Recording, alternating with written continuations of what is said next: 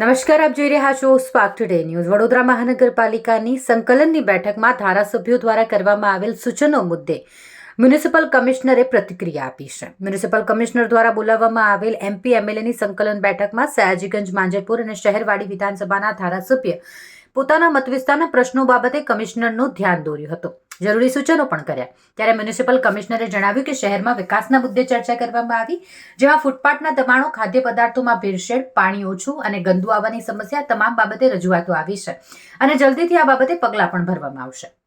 બીજી તરફ સયાજીગંજના ધારાસભ્ય કેયુર રોકડિયા દ્વારા ફતેગંજ વિસ્તારમાં ખોટી રજા ચિઠ્ઠી બાબતે ઉઠાવવામાં આવેલ પ્રશ્ન બાબતે તેમણે જણાવ્યું કે અશાંત ધારો મુદ્દે કમિશનર તરફથી પરવાનગી આપવામાં આવતી નથી. પ્રોપર્ટી કાર્ડના આધારે રજા ચિઠ્ઠી રજૂ કરવામાં આવે છે, તે છતાં પણ તેમની રજૂઆતને ધ્યાને લઈ યોગ્ય કાર્યવાહી કરાશે. શહેરમાં દબાણો અને ખાદ્ય પદાર્થોમાં ભેળસેળની આવેલી રજૂઆતો મુદ્દે તેમણે જણાવ્યું કે તાજેતરમાં જ આ મુદ્દે કાર્યવાહી કરવામાં આવી છે. માંજલપુરના ધારાસભ્ય યોગેશ પટેલ દ્વારા દબાણ અધિકારી મંગેશ જયસ્વાલને હટાવવાની બાબતે તેમણે જણાવ્યું કે એવી કોઈ વાત નથી. દબાણ શાખાના અધિકારી કામ કરશે અને દબાણો પણ દૂર કરવામાં આવશે. સંકલન બેઠક હતી, ઘણા એમપી એમએલએ સૂચનો આપ્યા છે, શું કહેશો?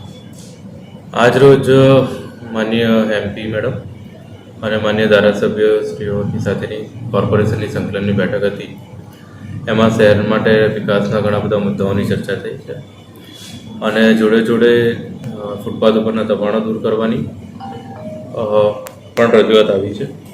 પછી જે ખાદ્ય પદાર્થોમાં ભેળસેળની પણ રજૂઆત આવી છે. પાણી ક્યાંક ક્યાંક ઓછું આવે છે અથવા ગંદુ આવે છે, એની રજૂઆત આવી છે. એ બધી રજૂઆતોની ચર્ચા કરવામાં આવી છે અને એની પર હવે પગલાં ભરવામાં આવશે. સાહેબ, જે રીતના વાત કરવામાં આવે તો કેવુરભાઈ રોકડિયા દ્વારા એક અસાધારણ મુદ્દો ઉઠાવવામાં આવ્યો. ફતેગંજ વિસ્તારમાં ઇલીગલ પરવાનગી ના લોકોએ બાંધકામ કર્યું. અસાધારો અમે ગવર્ન કરતા નથી.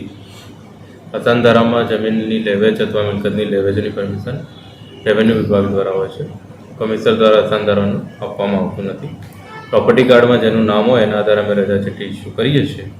તેમ છતાં એમની રજૂઆત છે તો ધ્યાને લેવામાં આવશે. યોગેશભાઈ કીધું છે કે ફૂટપાથ પર રોડ પર જે રીતના તંબુ બાંધીને લોકો વિવિધ વસ્તુઓ વેચી રહ્યા છે અને જીએસટીની ચોરી પણ થઈ રહ્યા છે, તો એ લોકો સામે કાર્યવાહી કરવી જોઈએ.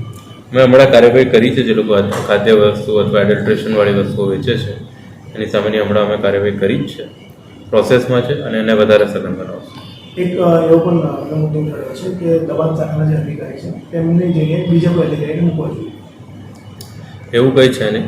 દબાણ શાખાના જે અધિકારી છે કામ કરશે અને જે બી દબાણો હશે દૂર કરશે.